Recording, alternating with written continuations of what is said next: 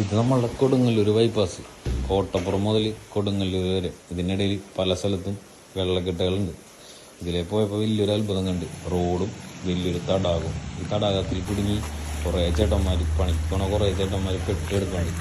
കുറേ വണ്ടികൾ വെള്ളം കയറി സീനായിട്ടുണ്ട്. അപ്പോൾ ഇതിൽ പോകണം, മച്ചാന്മാരൊക്കെ നോക്കിക്കൊണ്ടും പോവുക.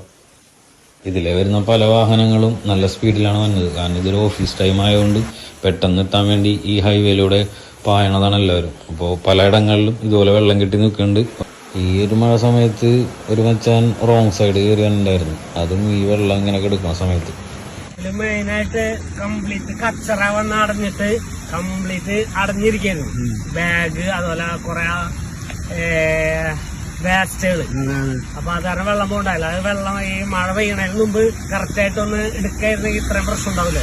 എല്ലാവരും ശ്രദ്ധിച്ച് വണ്ടി ഓടിക്കുക. മഴക്കാലമാണ്, നോക്കി കണ്ടും വണ്ടി ഓടിച്ചാൽ നമുക്കുള്ള ഓപ്പൺ റോഡൊക്കെ കാണുമ്പോൾ കൈ കൊടുത്ത് പോവാതിരിക്കുക. അപ്പോൾ ശരി, ബൈ.